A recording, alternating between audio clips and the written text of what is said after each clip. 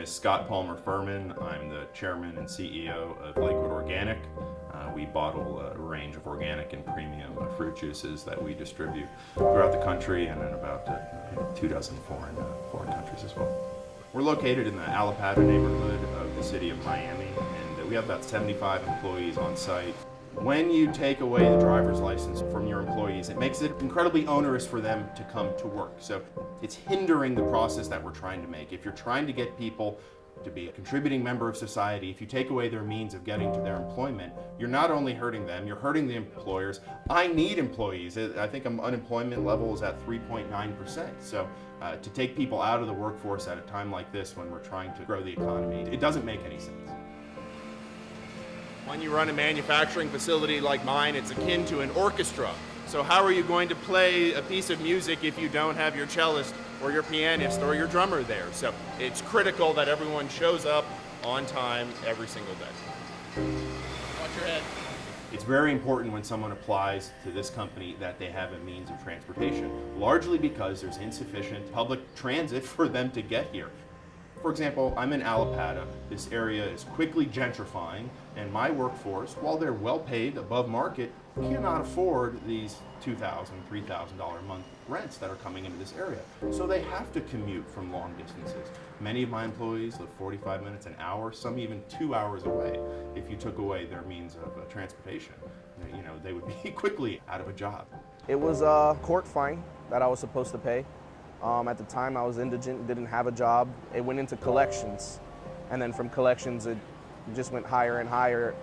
How hard it is to have a suspended license and still work. It almost makes it impossible.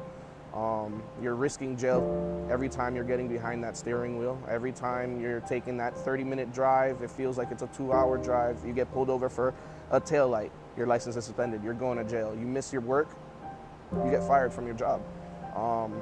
It makes life very, very hard, very hard.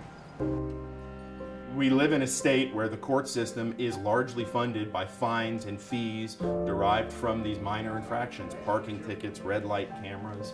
It's abundantly clear that far too many people in this country are living paycheck to paycheck.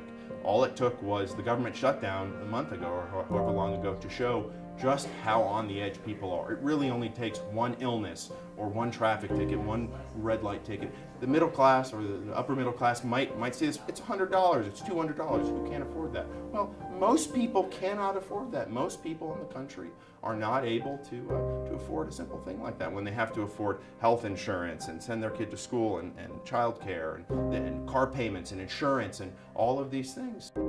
Of course, people should follow the law. People should be driving according to the law, but everyone makes mistakes, and someone's address is not exactly where they're living, and they get mailed this ticket that they're not even aware that they have, and then they're driving around and they haven't gone to court, they haven't paid the ticket because they're not aware of it, at which point a court suspends their license, and now they're driving around on a suspended license, so it's just a cycle that just gets worse and worse.